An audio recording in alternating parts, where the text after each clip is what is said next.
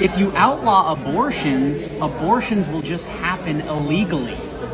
But if you outlaw guns, then we'll all be safe. I want you to take this in. I find the term cisgender to be disrespectful to who I actually am as a biological woman or female. I find this very interesting because the LGBTQ plus community will demand that you call them by their preferred pronouns, but the minute that you ask for that same respect in return, you're transphobic, you're a bigot.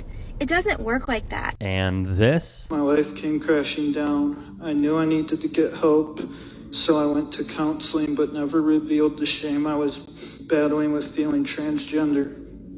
A few months later, I started taking hormones. However, in the midst of this time, God led me to ACC through a new friend. I was introduced to Jesus, and the Holy Spirit started consuming me, and I actually felt his tangible presence. In fact, one time at ACC, during communion, I literally felt a hand on my shoulder and turned to see who it was, but nobody was there. I believe it was God's hand on my shoulder. I even felt God tell me to stop taking the hormones. I threw them away and have not been on them since. God truly saved me in so many ways. And this. The biggest weapon that Satan does not want you to know will literally change how you do spiritual warfare. Let's cover this one thing first. Satan is not God's equal. He is not omnipotent and he is not omnipresent. He cannot be everywhere at once. And this. People act so surprised when demons know things about them as if they haven't traveled thousands of years watching their bloodline every single step of the way. There's this thing called the red car theory. Okay. How many red cars did you see on your drive here? Well, you did drive a couple hours, but like... I don't remember. Okay, if I gave you $5 million to take a 10-minute drive and find me 20 red cars, you would win $5 million. You would, because you're searching for it. You're looking to find the thing that you're, seeking. And so when we read zodiac signs, or when we read horoscopes, or when we read our birth charts, or when we read blah, blah, blah, we're like, oh my goodness, me. There is an aspect of that where we try to conform to what we think should be right or what we want to hear as the truth. And I think as Christians, that's dangerous because we begin to take an identity when So our only identity should be Christ. Yeah. So we're taking, or even the Enneagram. I'm Enneagram this, but it is a way for the enemy to attack. And I honestly believe it's demonic because it's actually taking titles on yourself when our one title is a child of a king. And this as well. The reason being is because these were all reposted by Corbin Albert, a member of the United States women's national team. In addition, when Megan Rapinoe limped off in her final match after tearing her Achilles, Albert went further, adding literal insult to injury. She would like a post mocking Rapinoe. The caption read, God taking time off performing miracles to make sure Megan Rapinoe sprains her ankle in her final game ever. But one of the biggest things I want to do is play professionally in Europe, mostly on the Brazilian national team. Albert, who puts out quotes such as these, would also participate in a video of her own on her own TikTok with her family. They would take turns stating that their pronouns are you, S.A., with Corbin participating in it. The post no longer appears on her profile. One of the reposts seen previously was of a sermon given in a Christian worship space talking about how being gay and feeling trans is wrong. The activity garnered widespread attention from women's soccer fans. But it was not out of the ordinary on Albert's profile. Of course, like clockwork, her bio reads, spread kindness and joy. Albert, 20, would feel the heat and put out a PR-driven statement to try and quell the warranted backlash. I want to sincerely apologize for my actions on social media, it would read. Liking and sharing posts that are offensive, insensitive, and hurtful was immature and disrespectful, which was never my intent. Already, never my intent. Not starting off well. I'm really disappointed in myself and am deeply sorry for the hurt that I have caused my teammates, other players, fans, friends, and anyone who was offended. Again, not taking ownership. This is bad. I truly believe that everyone should feel safe and respected everywhere and on all playing fields, except when you go after trans people. I know my actions have not lived up to that, And for that, I sincerely apologize. It's an honor and a privilege to get to play this sport on the world stage, and I promise to do better. Megan Rapinoe, a staunch activist and advocate for human rights, responded as such. For people who want to hide behind my beliefs, I would just ask one question. Are you making any type of space safer, more inclusive, more whole, any semblance of better, bringing the best out of anyone? Because if you aren't, all you believe in is hate. Wake the blank up. For all my trans homies enduring this horrific treatment day in and day out, I see you and hear you, and I am with you. This would be reposted by plenty of U.S. women's national team players, including the great Becky Sauerbrunn from The Athletic.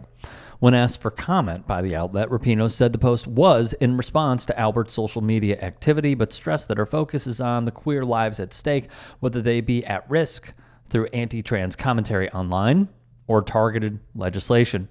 She also wanted to share her specific concerns about how online discussions around trans people have real-world and often dangerous consequences. Many angles to cover here, but first, if there are any stories we missed, if there are any that you would like to submit, get at me and follow me on Twitter, Instagram, TikTok. DMs are open, and please, if y'all can, support us as a channel, become a channel member, or go to tyt.com/join. Okay.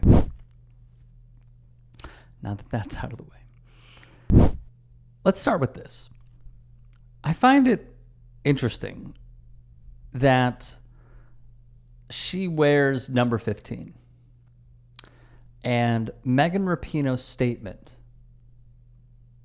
after she wrote what she did and put it on social media, she would write as a sign-off with her number. So that strikes me as pretty interesting. The second part is seeing how this team over, I would say, about 8 years has become a target for so many people, some with the largest platform in the entire world, all the way down to the dweebs with the blue check marks on the free speech platform, and everybody in between. They have gone after this team for demanding inclusivity, for demanding human rights for all, for demanding civil rights for all, for demanding that everybody simply be treated the way that they would want to be treated, and not targeted, not harassed, not bullied for who they are as a person, for the characteristics they hold, for the physical appearances that they don. And yet, it seems as though Corbin Albert does not care about the progress that this team has tried to make and has made. They were the ones who stood up and said the equal pay debate really needs to stop stalling and be in motion. They fought for that. They fought for women's rights. They fought for themselves.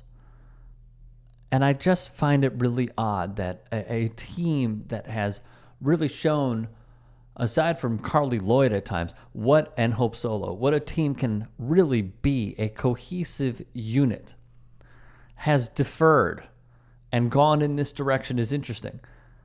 And that goes hand in hand with, as we know, many will, and she didn't in her statement, though I guarantee you if the backlash keeps coming and if there is a decision for her to be dropped, she will run to Fox News. She will run to Newsmax. She will run to OAN and say it was because of my faith. When there are many pastors who have gone on the record saying that these are not Christian values and they don't belong in the church. But the ones with the loudest bullhorns that have the pitchforks are so good at deceiving people and riling them up to say that's the problem. Oh, and they just hate you because of your religion.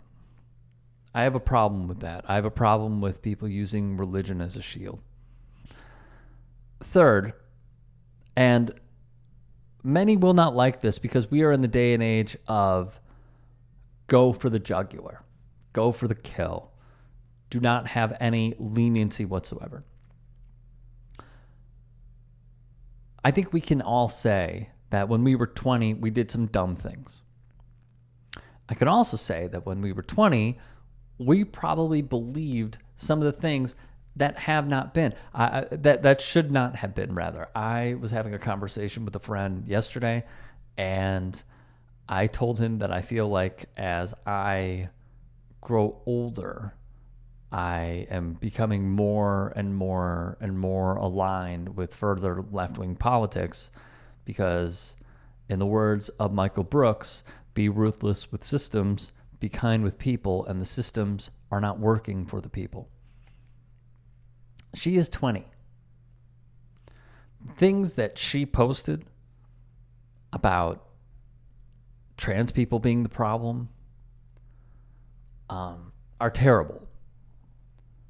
It's terrible. And yet I hearken back to Will Ferrell, who, I don't even want to get his age wrong, who is 56, said he was late to this issue.